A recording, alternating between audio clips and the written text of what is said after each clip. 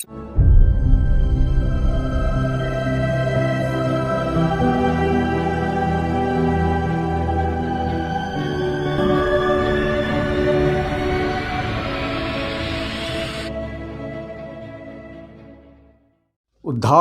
का जन्म, birth of the saviour.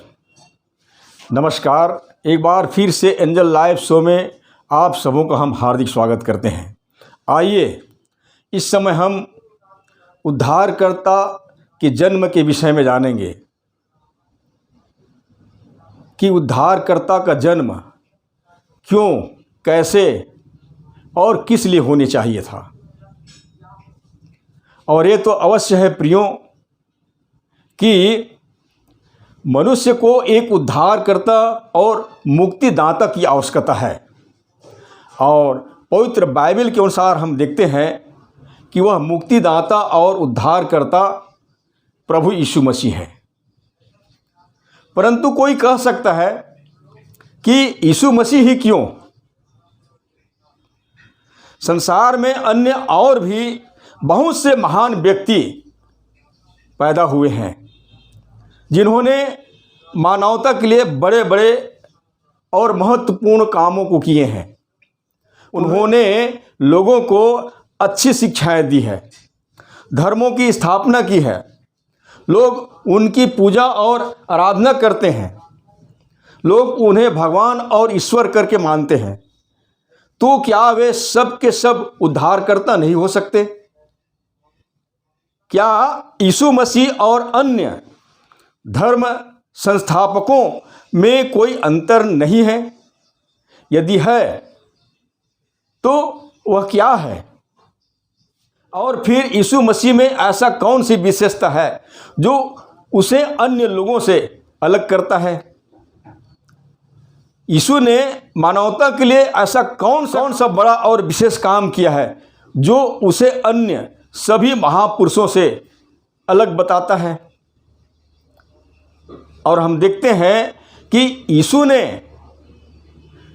अपने दावे में बड़े अधिकार के साथ कहा कि मार्ग, सत्य, जीवन मैं ही हूँ, बिना मेरे द्वारा कोई पिता के पास नहीं पहुँच सकता। यूहन्ना रचित सुसमाचार 14 अध्याय वचन 6।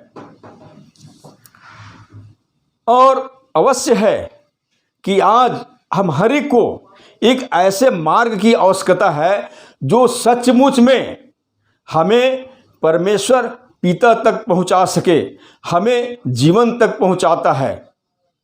इन शब्दों में हमें गारंटी के साथ यह सीखने को मिलता है कि परमेश्वर के पास जाने के लिए कोई एकमात्र साधन है, तो वो है प्रभु यीशु मसीह।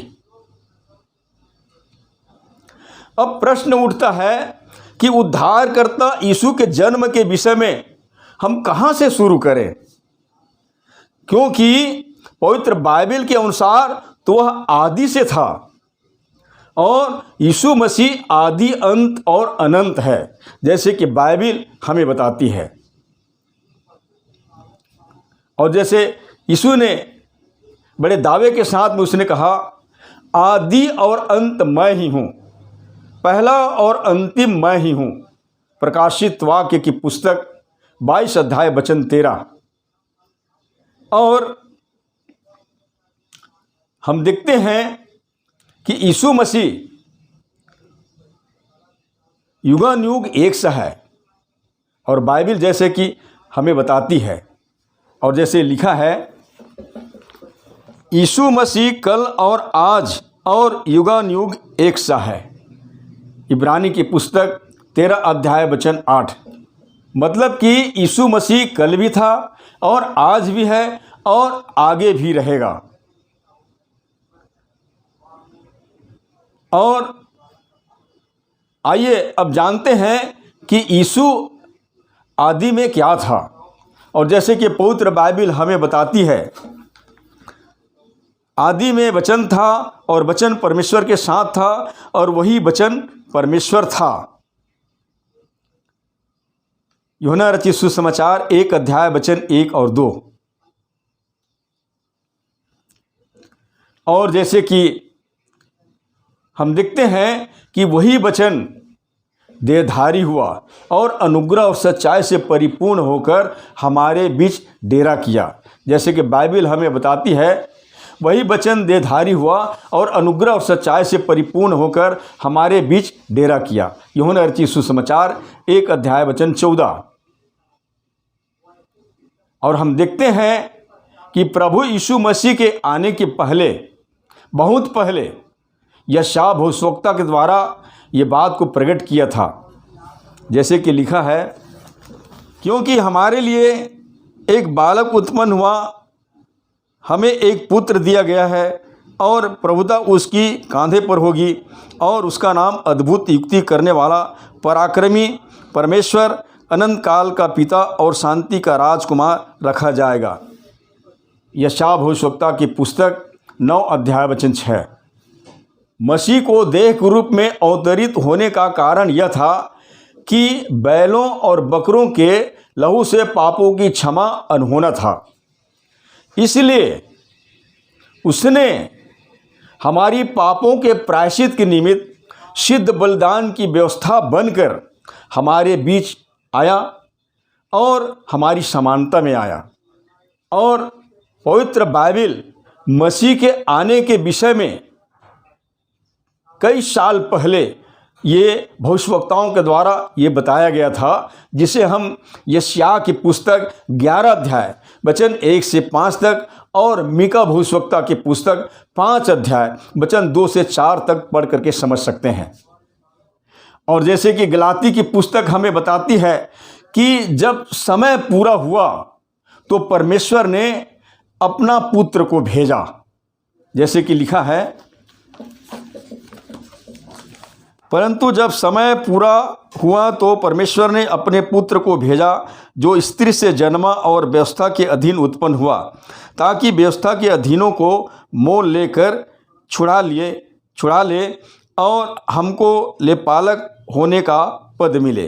गलातियों की पुस्तक 4 अध्याय वचन 4 और 5।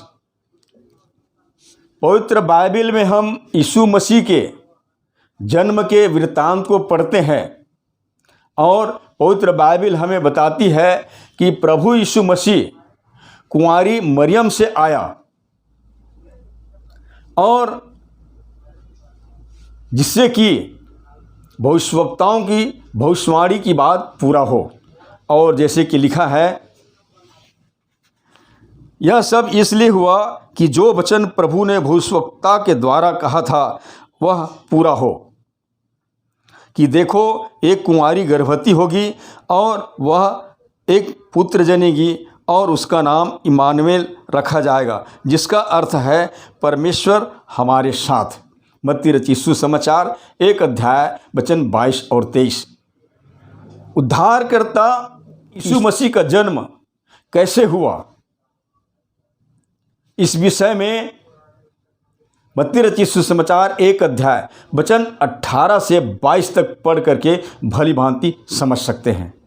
इसी तरह से लूका रचित सुसमाचार 1 अध्याय और 2 अध्याय में पढ़ करके भी समझ सकते हैं।